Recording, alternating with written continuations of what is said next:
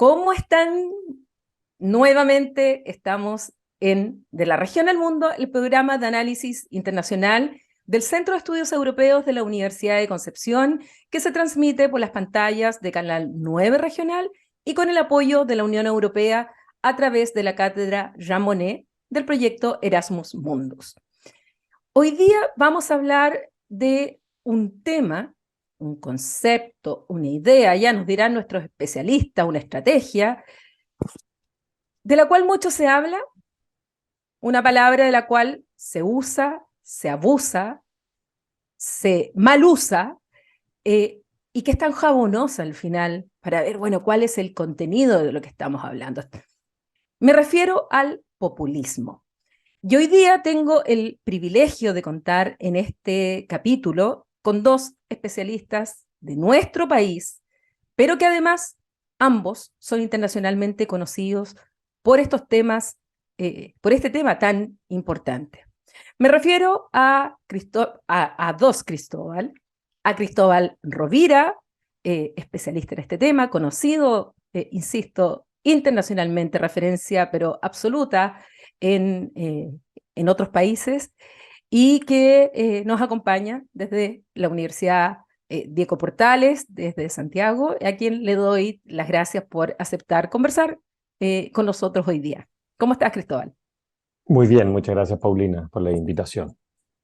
Y además, con otro Cristóbal, también que ha estudiado muchísimo el tema, acaba de publicar un libro, El estallido populista en Chile, y que también trata este tema en varios de sus escritos y en algunos proyectos también que los tres estamos juntos. Me refiero a Cristóbal Belolio, de la Universidad Adolfo Ibáñez. ¿Cómo estás, Cristóbal?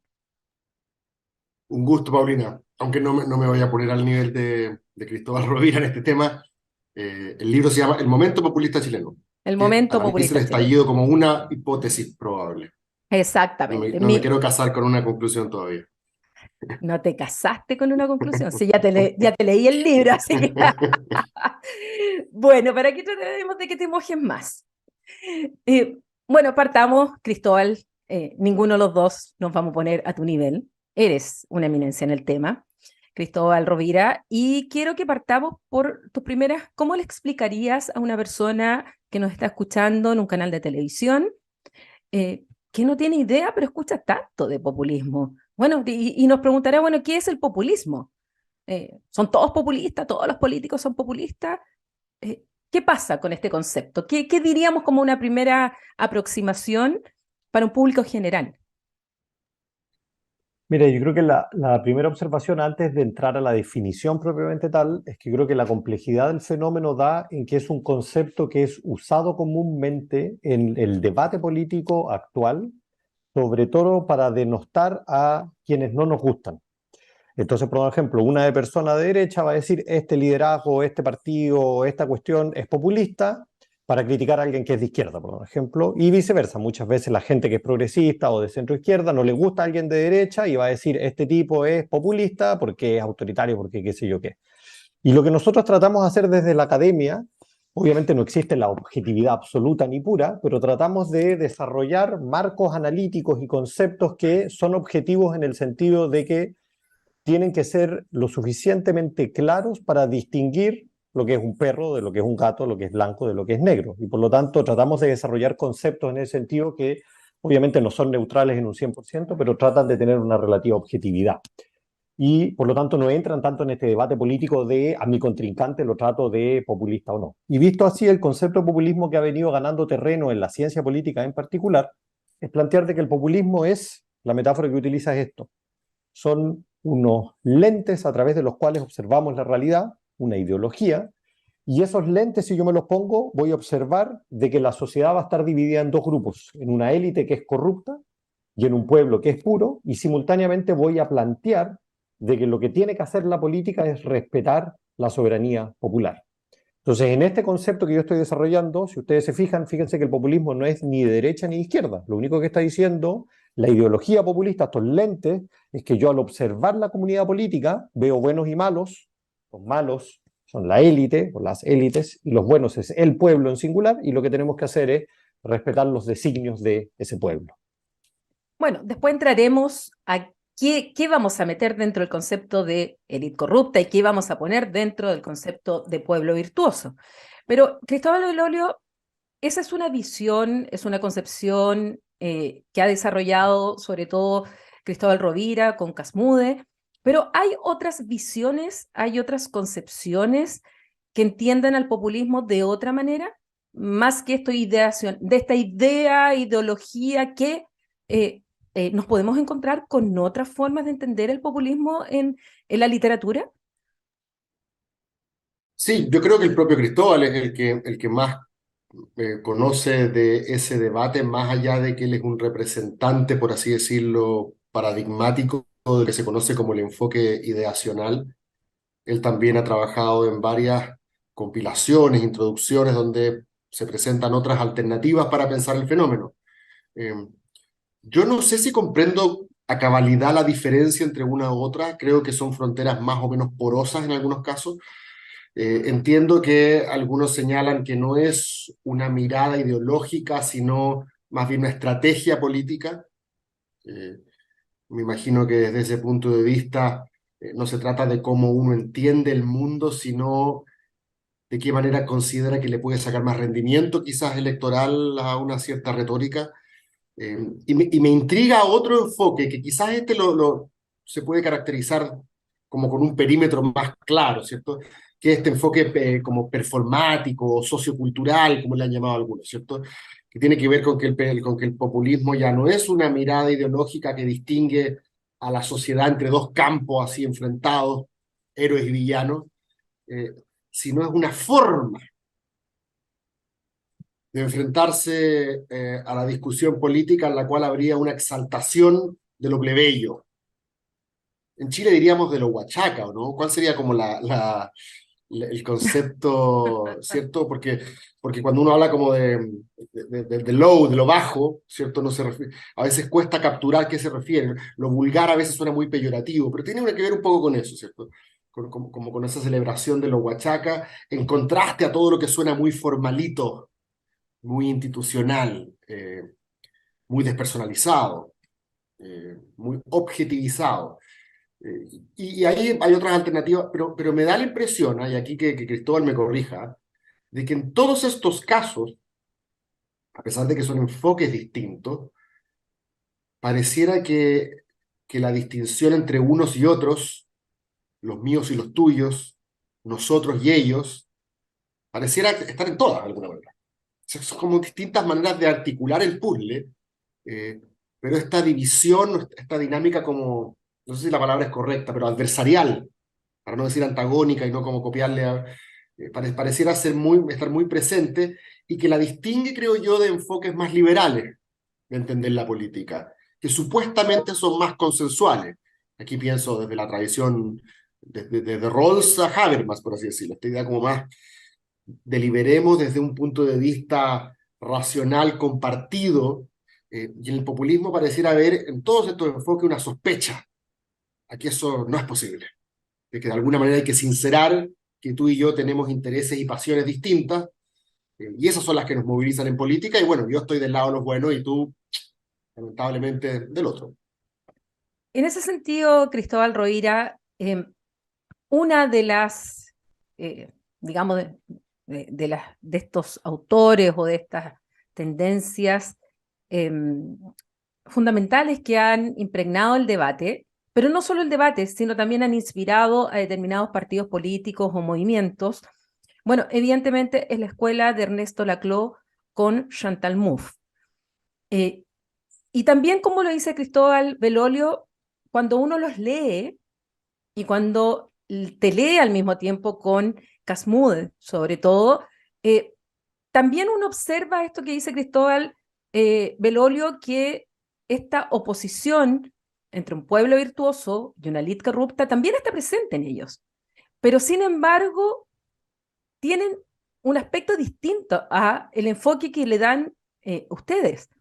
¿Dónde está la gran diferencia entre esa visión de Chantal Mouffe con Ernesto Laclau y la de Cristóbal Rovira, Casmude?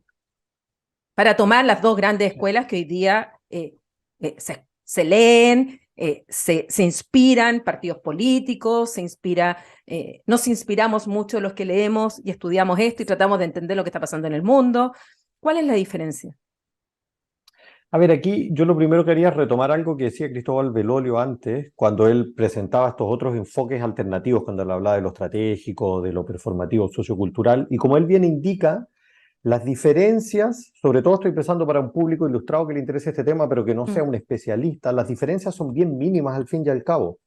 Y lo que pasa es que nosotros los académicos nos encanta pelearnos y vamos a la conferencia, armamos el panel 1 y el panel 2, donde uno presenta la diferencia, la diferencia, pero a grandes rasgos, si uno observa este fenómeno un poco desde afuera, y por eso digo que hay un creciente consenso en torno a decir de que en un sentido lo más mínimo posible, el mínimo común múltiplo entre aquello que solemos llamar como populismo tiene que ver con esta distinción entre buenos y malos, entre en el fondo esta élite y este pueblo, y enfatizaría la cuestión de esta defensa de la soberanía popular. No obstante, lo que vamos a ver es que en proyectos populistas particulares vamos a ver de que la definición le falta algo. Porque si yo quiero entender Bolsonaro, quiero entender Trump, como bien decía Cristóbal Belolio, falta esta cuestión un poco más popular, por así decirlo, ¿no? O sea, ¿qué es lo que le encantaba a Donald Trump? Comer el McDonald's y que le ensucie la boca, y Bolsonaro también, y va y le gusta este baño de masas, y no le...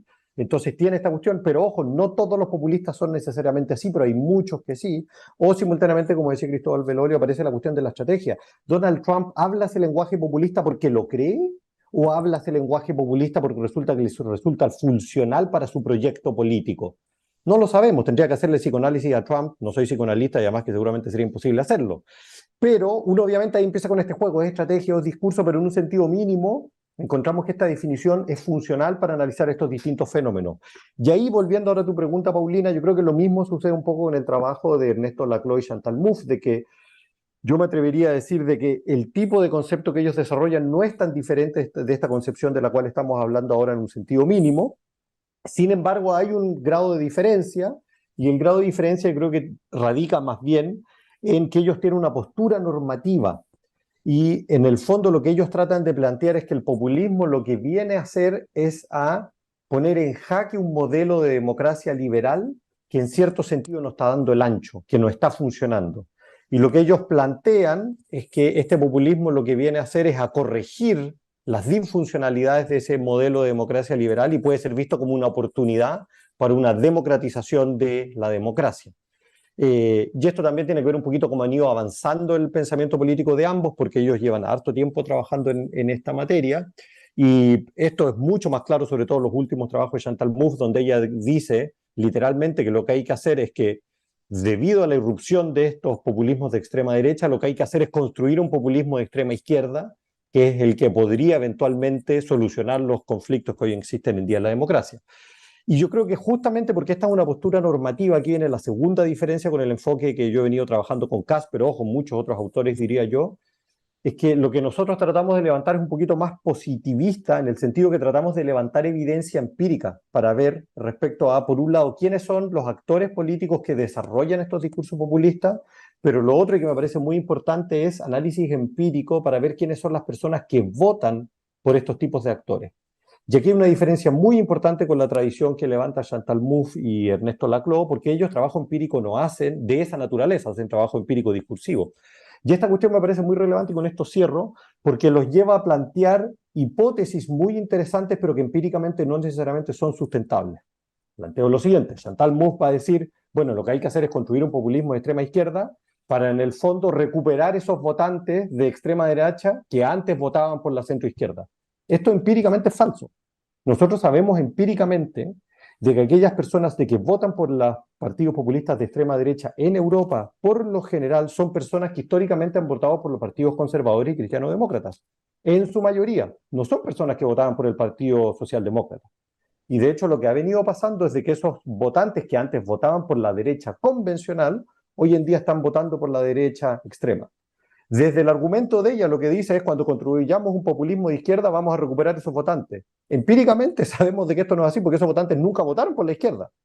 Entonces yo creo que aquí es importante distinguir de que ellos tienen este enfoque normativo que se diferencia del nuestro y en segundo lugar el tipo de trabajo empírico que hacen es de otra naturaleza y permite plantear hipótesis como las que planteo de que son bastante provocativas, pero empíricamente son bastante febles.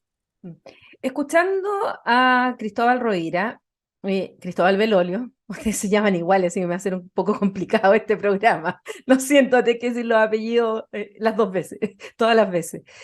Escuchando a Cristóbal Rovira, y sobre todo el planteamiento de Chantal Mouffe con Laclau, claro, plantean esto que hay un cuestionamiento a la democracia tal cual como se conoce, la democracia liberal, y plantear justamente correctivos a esta. Si yo escucho eso y sabemos que ha inspirado más a la izquierda este pensamiento que a la derecha, Cristóbal Belolio yo me doy cuenta que también ha inspirado, tal vez, a lo mejor ni siquiera los ha leído, pero es lo mismo que plantea, por ejemplo, Víctor Orbán en Hungría, que hay que ir justamente en contra de aquellas instituciones de democracia liberal. Él usa el concepto de democracia iliberal y pone en cuestionamiento las instituciones corruptas, que serían esa élite corrupta. Y por eso que dentro de los problemas que tiene dentro de la Unión Europea, que tiene problemas, de hecho, se ha puesto en movimiento por primera vez uno de los recursos que tiene la Unión Europea por no cumplimiento de los valores del Tratado de la Unión Europea, que está el Estado de Derecho, los derechos humanos, la separación de poderes, etcétera, junto con Polonia. Ambos tienen ahí recursos y sentencias del Tribunal de Luxemburgo. Entonces resulta, Cristóbal Belolio, que vemos en Víctor Orbán que toma decisiones que van en contra de esta democracia liberal que a él no le gusta y que afecta la separación de poderes, afecta las libertades civiles, afecta al Tribunal Constitucional, lo mismo pasa en Polonia. Entonces resulta que uno no le gustan los partidos políticos, pese a que él pertenece a un partido político, lo terminaron expulsando del Partido Popular Europeo dentro de las familias que hay en Europa. Y yo digo, bueno, está más inspirado en Chantal Mouffe y Laclau que en Rovira Cas. Casmude en este sentido. O sea, le distingamos está acá, dando porque alimento mucha gente a la puede creer que el otro ultraderecha. caso. A Casmude. Después vamos a hablar del otro caso. Sí, es súper interesante ese punto. ¿Ah? Creo yo que una de las discusiones más, ya volvemos a lo conceptual, ¿ah? Más interesantes que se está dando hoy día en la literatura sobre populismo es entre aquellos que, como Cristóbal Rovira y otros, ocupan esta definición más minimalista. Bueno, hay un paper de Cristóbal Rovira hace muchos años atrás donde él se preguntaba si es que el populismo era una amenaza o un correctivo para la democracia, ¿cierto? Y que ha sido muy influyente porque le ha permitido a muchos estudiosos del tema decir, entonces no es malo per se, o no es bueno per se, por ponerlo en términos muy didácticos, ¿cierto? A veces va a ser bueno en la medida de que se trate de sociedades con trayectorias históricas de exclusión de algunos grupos, y resulta que gracias justamente a esta exaltación de la voluntad popular antielitista se incorporan al proceso participativo, y a veces en Latinoamérica vemos ejemplos de ese tipo, pero a veces va a ser negativo, ¿cierto? Cuando se trata de que el líder se resiste a rendir cuentas, ¿cierto? Hay poco accountability, como se dice, o hay una erosión de instituciones del Estado que se capturan en nombre de la voluntad popular al servicio de un liderazgo temporal que después no se imagina fuera del poder, se identifica muchas veces con el Estado, como es el caso un poco venezolano. Pero lo interesante de esta definición minimalista, o más neutra desde el punto de vista evaluativo, es decir, el populismo no es ni bueno siempre per se, ni malo siempre per se, sino que dependiendo de las circunstancias, del contexto, a veces puede ser un correctivo y a veces puede ser una amenaza. Y es interesante que no solamente se enfrenta a esta mirada más normativa, tipo la Laclau Mouffe que tú mencionaste, Paulina, que considera que generalmente es un fenómeno bienvenido, sino que tengo entendido que también se enfrenta a aquellos que lo consideran generalmente un fenómeno negativo. Estoy pensando como en Jan Werner Miller, ¿cierto? Y hay una escuela que dice, oye, no me vengáis con ese cuento de que esto puede ser democrático pero no liberal. Porque lo que ha logrado también un poco Rovira, Casmude y muchos otros hoy día, Krastev, Papas, hay toda una larga serie de autores que de alguna manera suscriben esta tesis de que podría ser que el populismo sea democrático pero no liberal. ¿Cierto? Que podría ser una democracia iliberal, como tú mismo parafraseaste a Orbán, que si no me equivoco es como el único que lo dice orgullosamente, Sí. ¿cierto? Y hay algunos que quizás de una perspectiva más crítica dicen, los que son liberales, esto es una democracia iliberal, tipo, no sé, Yasha Monk, y hay otros tipos más como Goodwin y esos que dicen, no, mira, no es tan malo y liberal, porque en verdad nosotros no somos liberales. Así que no me parece tan traumático que aquí hay una especie como de recuperación de la voluntad popular contra una serie de contrapesos y limitaciones a esa voluntad que en verdad juegan a favor de las élites, o etcétera, ¿cierto? Y aquí esto tú lo sabes también, Paulina, pueden ser foros internacionales que sustraen la voluntad del pueblo, pero pueden ser comités de expertos, etcétera, tribunales constitucionales. Y es una buena pregunta, ¿cierto? ¿En qué medida limitan la voluntad popular todos estos contrapesos? Y cuándo esa limitación es bienvenida desde el punto de vista liberal, pero no desde el punto de vista democrático. Pero hay otros, y aquí, como se llama Cristóbal Rovira, nos podrá complementar, que no se compran mucho esto que populismo sea igual democracia y liberal. Estoy pensando en el tipo de literatura que encabeza Nadia Urbinati, por así decirlo. Y en Chile, Carlos Peña, que son los que dicen, mira, decir democracia liberal es redundante. Porque cuando hablamos de democracia, no solamente estamos hablando de igualdad política y soberanía popular. Cuando hablamos de democracia, hoy en día el factor liberal ya está incorporado. Ya está incorporado el respeto a las minorías, ya están incorporadas las libertades individuales. Por lo tanto, hablar de democracia liberal es repetir dos veces lo mismo. Y ahí hay un grupo de gente que dice, no, mira, yo creo que populismo en verdad tiene que ver con una forma alternativa de representación. No tiene tanto que ver con esta idea de una exaltación de la voluntad popular contra los contrapesos que la limitan, sino que tiene más que ver con una especie como de impaciencia de la radicalidad de la acción política que no está para procesos que de alguna manera difuminan, median, como un buffer, ¿cierto? Lo que el pueblo quiere. Y ahí aparecen los Orbán también, ¿cierto? Hay un muy buen ejemplo que pone Jan Werner Miller en su libro.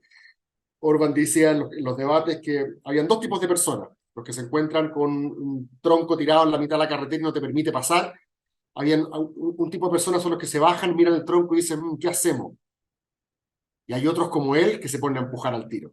Entonces también ahí está como ese elemento casi temporal o cronológico de la radicalidad de la acción política y que te entrega otra vertiente más para analizar el fenómeno. Sí, en esto, Cristóbal Rovira, vámonos un poco a lo que pasa en Europa.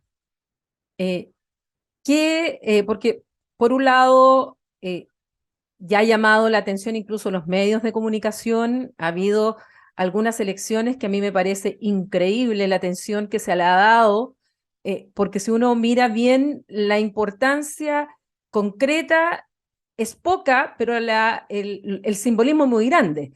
Estoy pensando en la elección hace un par de años atrás del presidente de Austria, cuando existía la probabilidad que alguien de ultraderecha ganara esa elección que es a dos vueltas y finalmente gana el representante que venía más por el lado del Partido Verde.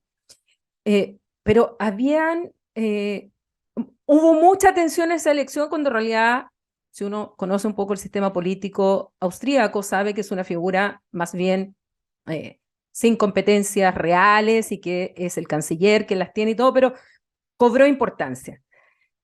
Olvidando también que en Austria, en los años 2000, ya habían llegado al poder la ultraderecha con John Haidt.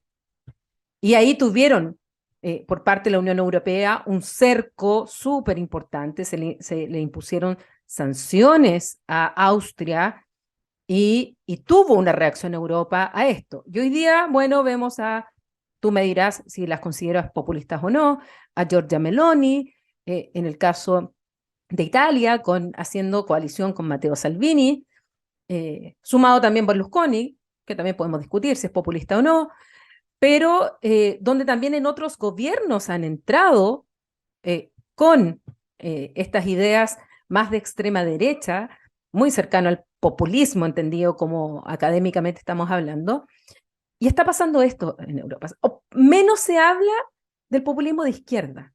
Me llama la atención que llame menos la atención, bueno, cuando han llegado al poder igual. No sé si tú consideras a Syriza un partido populista, si consideras a Unidas Podemos un partido también, o la radicalidad que han tomado ciertos partidos de izquierda con un discurso muy parecido a estos, como el PT en Bélgica, en la parte francófona. ¿Cómo ves tú el panorama hoy y la evolución que ha habido en Europa respecto a esto y cómo la gente ha ido votando, elección tras elección, y el castigo que han ido teniendo los partidos tradicionales?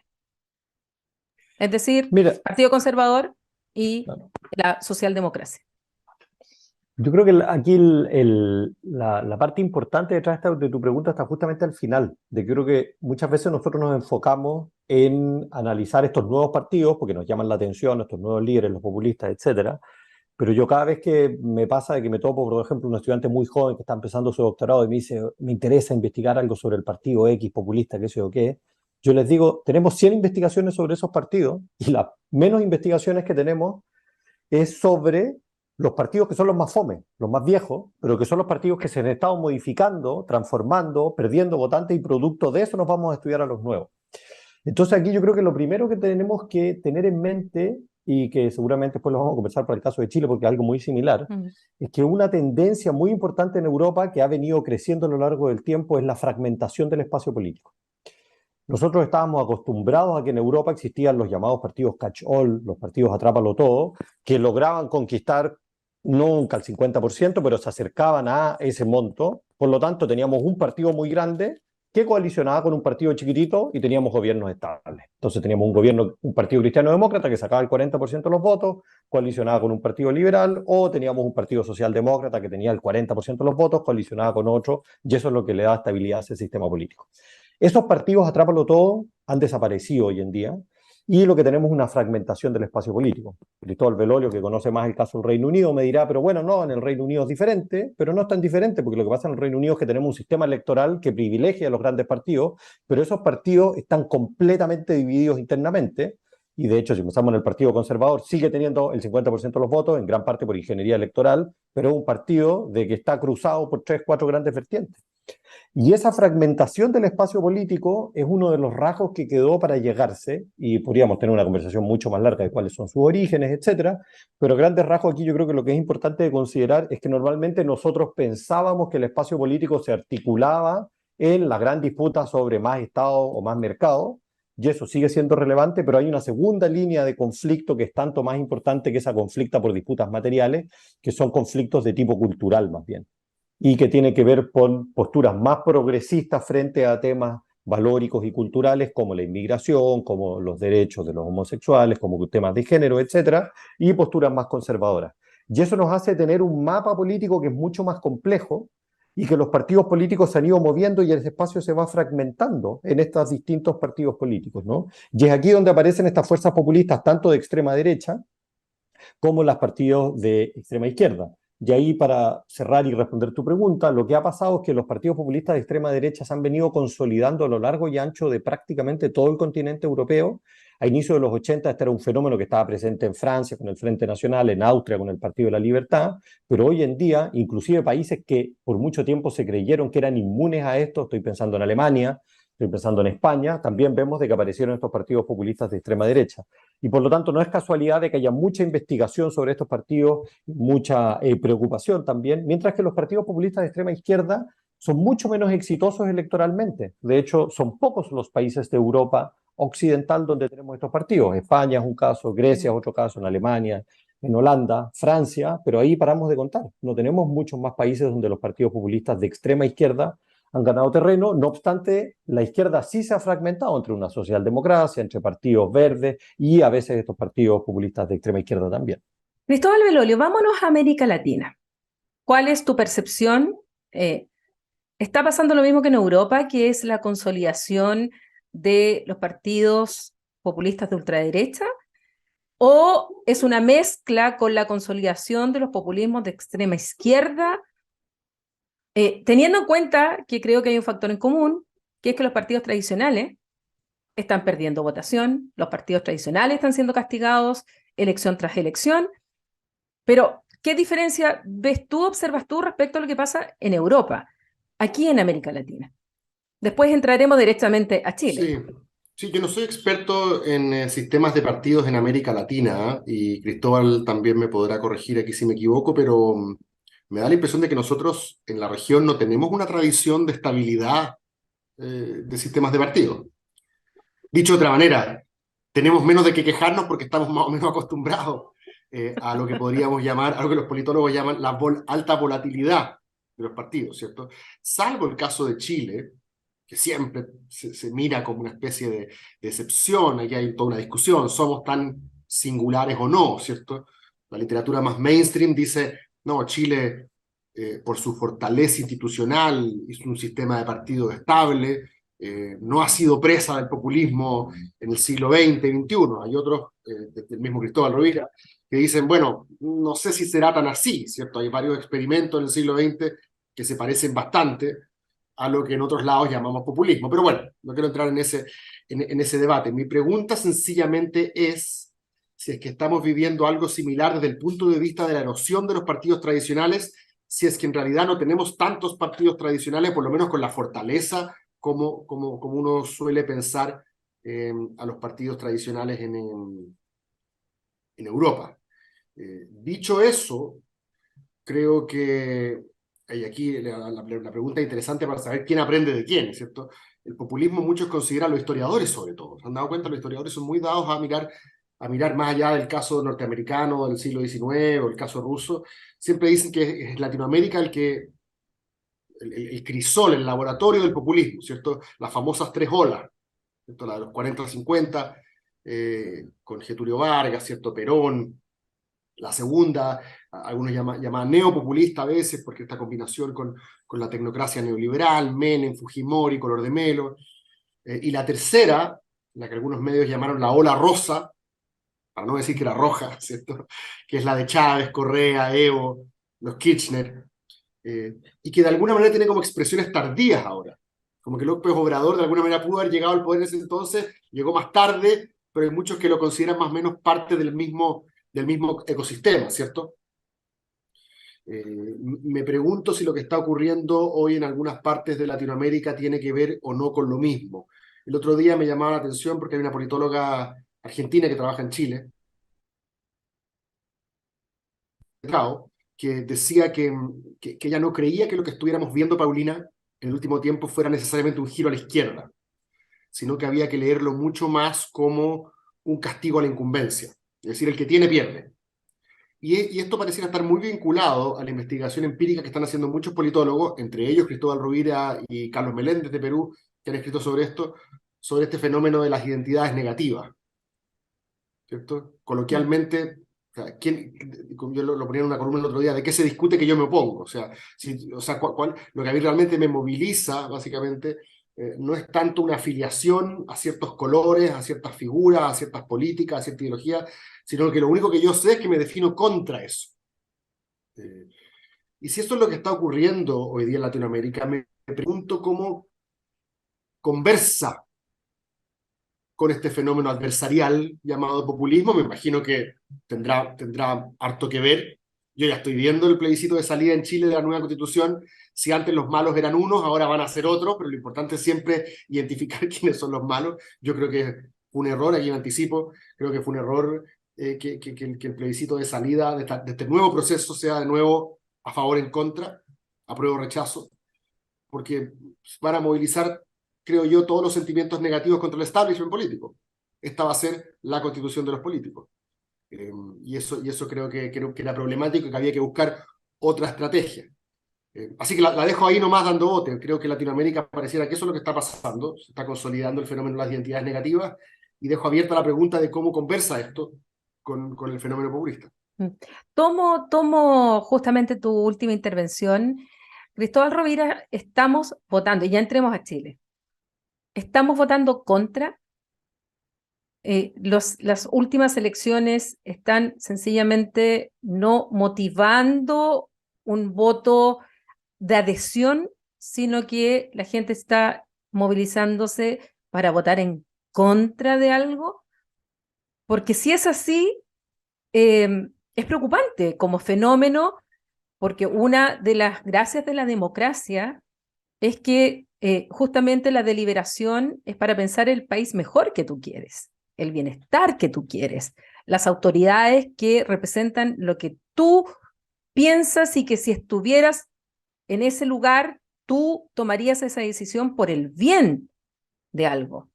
No votar por alguien porque yo no quiero que el otro salga. Y esto lo estoy mirando y lo estoy pensando ahora a nivel de todo tipo de elección, a nivel desde el más local hasta el nivel presidencial. ¿Y de qué manera ese voto en contra? Lo leía en una columna de Jorge Navarrete, de Pirincho, que decía un poco, le preguntaban, bueno, pero finalmente, ¿quién se está oponiendo al programa de Gabriel Boric? ¿Es la oposición que se está oponiendo? Y le dice, no, es la ciudadanía. La ciudadanía cambió su motivación. Hoy día ya no es lo que era el estallido, sino que hoy día, dadas las condiciones, son otras. La seguridad, el tema de la violencia, el tema de la incertidumbre económica, el trabajo, y que la clase política, sobre todo el gobierno, no está conectando con eso y sigue con esa otra motivación. O sea, mientras no enganche lo que dice Cristóbal, mientras no converse el tomador de decisión con aquello que demanda la ciudadanía, va a seguir siendo un contra. Y va a seguir siendo un contra el plebiscito, va a seguir siendo un contra cada votación que venga de aquí en adelante. A mí personalmente me preocupa en escenario así. No sé qué piensas tú, Cristóbal Rovira.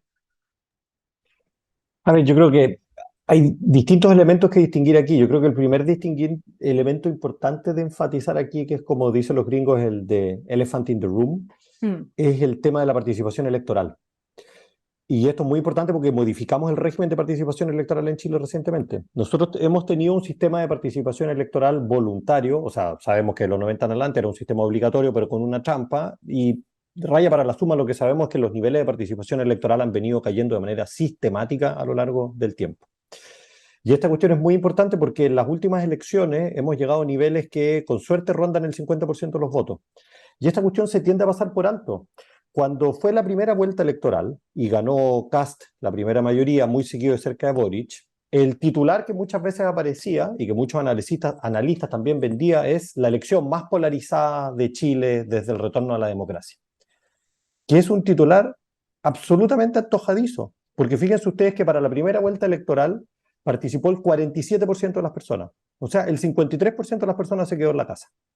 Un país que está polarizado, a mi juicio, van todos a votar, pues si se me va la vida, ¿en quién gana? El 53% dijo no estoy ni ahí.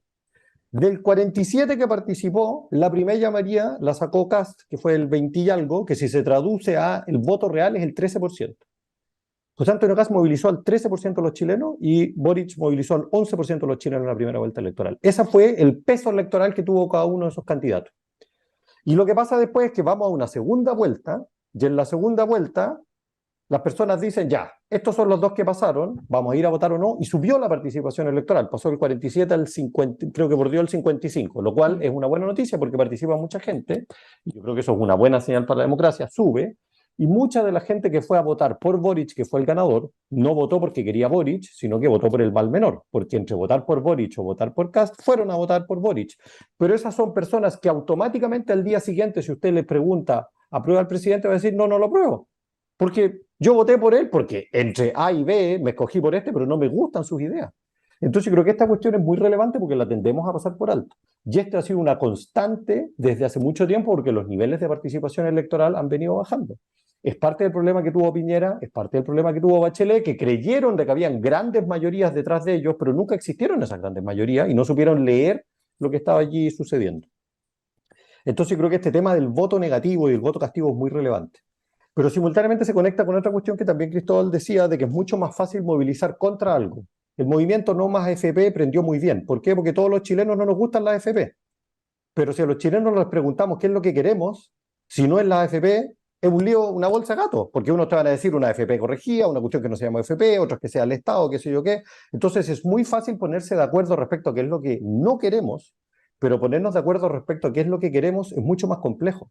Entonces yo creo que el argumento es más difícil, porque sería muy simple decir, bueno, lo que tienen que hacer los políticos, la clase política o el presidente de la República es escuchar a la ciudadanía. Yo escucho a la ciudadanía y me dicen que no quiero más AFP, pero con eso yo no gobierno. Me puedo decir, ok, saquemos la AFP y todos van a decir perfecto, y el momento que yo propongo algo, todos se van a dividir. Entonces yo creo que aquí el fondo del tema, y que esta es la cuestión mucho más compleja, no es solo saber interpretar lo que la gente no quiere, sino cómo a partir de esa manifestación de que no quieren algo, logro construir una narrativa, un proyecto político que logre ser sostenible en el tiempo. Y aquí es donde yo creo que entramos en aguas movedizas, porque esta cuestión es cada vez más difícil hoy en día a nivel global y que en Chile tiene sus propias peculiaridades. Pero aquí yo creo que lo otro que es muy interesante es que esta cuestión cambió, porque se reintrodujo el voto obligatorio. Y al reintroducir el voto obligatorio, una de las cosas que a mí más me llamó la atención es que sinceramente estábamos en las tinieblas para qué es lo que iba a pasar para el plebiscito de salida. Yo era de aquellos que pensaba que la participación electoral iba a subir 10 puntos, que íbamos a tener 60%, 60 y tanto por ciento de participación electoral. Yo nunca pensé que íbamos a llegar a una participación sobre el 80%. Y lo que pasó es que participó mucha gente, y esto yo lo sé por datos que nosotros hemos ido levantando, que son los que yo llamo los no votantes crónicos, que son personas que históricamente no han votado para atrás y que ese día decidieron ir a votar. ¿Por qué rayos decidieron ir a Y votar? votaron rechazo, ¿no, Cristóbal? En su gran mayoría.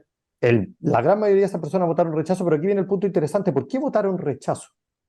Y mi interpretación, en parte con los datos y en parte un poco de olfato político, es que votaron rechazo no necesariamente porque no querían la Constitución, sino que porque votaron contra, porque dijeron la situación política no es buena, la situación económica no es buena, y yo le quiero dar una señal a quienes están gobernando hoy en día de que los estoy rechazando. Pero ojo, que esta cuestión es importante porque ese no es un voto ideológico, lo cual quiere decir que esas mismas personas el día de mañana pueden aprobar Correcto. otra cuestión o pueden rechazar otra cuestión. Entonces aquí le metimos un margen de incertidumbre a los procesos eleccionarios futuros que yo creo que hace la política más interesante para quienes la analizamos, pero la hace mucho más compleja también para el El que devenir de gobierna. los procesos democráticos. Exacto. Sí, Bueno, y esto además se junta, Paulina, con la literatura de aquellos que dicen de que si la cosa anda mal económicamente, ya con ese puro factor se hace bien complejo para el gobernante ganar un referéndum que está patrocinando, ¿cierto? Hubo gente, a mí, un conocido politólogo de la plaza, que varios meses antes del plebiscito de salida me dijo 10% de inflación, ninguna posibilidad. Y como yo creo que la cosa no se va a ver mucho más auspiciosa de aquí a noviembre, me parece complejo. Que se pregunte lo mismo, si es que las condiciones no van a cambiar radicalmente, vas a buscar nuevamente cómo aunar un frente común contra algo, eso va a ser más sencillo, a pesar de que esta vez estamos confiando, de que, porque ¿te acuerdas, Cristóbal Rovira, de ese plebiscito que hubo, el referéndum de las reformas constitucionales del 89? Después de que ganó el no contra Pinochet, ¿cierto? El año 89, todas las fuerzas políticas, dictadura saliente y oposición entrante, se pusieron de acuerdo en un paquete de reformas que, entre otras cosas, eliminaron el famoso artículo 8, y ese plebiscito se ganó 90-10, porque nadie hizo campaña en contra, digamos. Entonces, de alguna manera, creo que existe la percepción de que el escenario es el mismo, y que hoy día, si mañana desde la UDI hasta el Partido Comunista nos presentan una propuesta, básicamente como no hay oposición visible en el mapa parlamentario, salvo Partido de la Gente y Republicanos, que lo voy a dejar por ahora entre paréntesis, debería ser sandía calada, o no, como dice, carrera corrida. Pero no es carrera corrida necesariamente. Te puede aparecer Nigel Farage, de hecho, uno podría decir, estaba en los márgenes, estaba prácticamente todo el establishment político a favor de quedarse. El Partido Conservador, como bien dice Cristóbal Rovira, estaba dividido. Pero al menos la dirección del Partido Conservador, que era Cameron, era el primer ministro, estaba por el quedarse. Los otros dos partidos grandes estaban por quedarse, los Labour, los Lib Dems, y finalmente ganó, el que condujo la campaña ganadora era, por así decirlo, republicano de Reino Unido. Entonces no daría por hecho de que se forme una gran coalición de partidos que promueva este nuevo proceso constituyente, no daría por hecho de que eso asegura el éxito del plebiscito de salida. Sin duda, comparto. De hecho, cuando escuchaba a Cristóbal Rovira, obviamente se me vino a la cabeza el Brexit. En el Brexit no tenían idea muchos qué es lo que era la Unión Europea y lo que implicaba el salirse de la Unión Europea.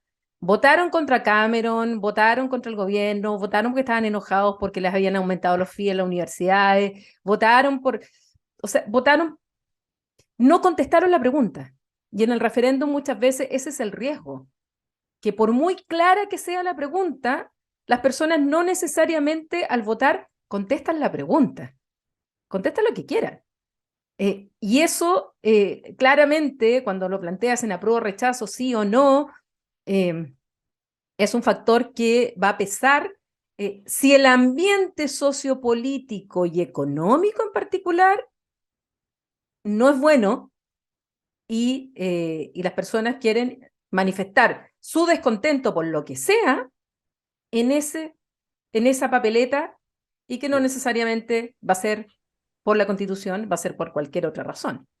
Por eso me parecía más razonable, estratégicamente hablando, enfrentar la propuesta 2023, llamémosle así, enfrentar la propuesta 2023 a la Constitución vigente. Por último, le ponéis la cara de Pinochet a lo mismo. El punto era generar una elección donde todo lo que me produce rechazo, ¿cierto? Y por lo tanto voto en contra, sino que aquí efectivamente que fueron con una competencia entre dos textos. Me parecía que de esa manera, por último, eras capaz de seguir manteniendo a una izquierda que está hoy día profundamente desencantada de este nuevo proceso. Que encuentra que se lo han arrebatado, digamos, que está tutelado, vigilado, todas las expresiones, ¿cierto?, similares, y le mataron el poeta. A la izquierda le mataron el poeta. O sea, la cantidad de emoción, romanticismo, intensidad que le metió a la última campaña. Muchos de ellos estaban completamente convencidos de que estaban haciendo la mejor constitución del mundo. Y ahora están diciendo, no participo nunca más en esto. Les ofrecimos lo mejor y ustedes lo rechazaron, ¿cierto? Desconozco mi pueblo. Y tú no sabes los que hemos pasado por decepciones amorosas, que después de que te matan el poeta, difícil volver a amar, ¿cierto? Difícil volver a creer. Entonces la pregunta que yo me hago hoy es cómo hacer que esa izquierda nuevamente vote apruebo. Y yo creo que la única posibilidad es enfrentándolo a la Constitución de Pinochet.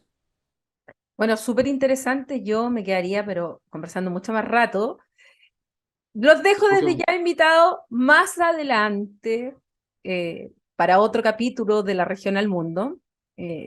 Vamos a tener hasta agosto este programa, para que ya entremos a muchos temas que me habría fascinado conversar ahora, pero por razones de tiempo no podemos. Pero los dejo comprometidos, pues ambos. Espero que me digan que sí. Obviamente. Así es que bueno, muchas gracias a Cristóbal Rovira, Universidad Diego Portales, Cristóbal Belolio, Universidad Adolfo Ibáñez, y que sean tan generosos además con la Universidad de Concepción a través del Centro de Estudios Europeos y este programa de La Región al Mundo. Muchas gracias a ambos y bueno, a ustedes los dejamos invitados para la próxima semana a un nuevo capítulo de La Región al Mundo con nuevos temas internacionales, pero que como vemos tienen impacto aquí en la región y a ustedes en particular en su casa. Así es que hasta la próxima. Gracias.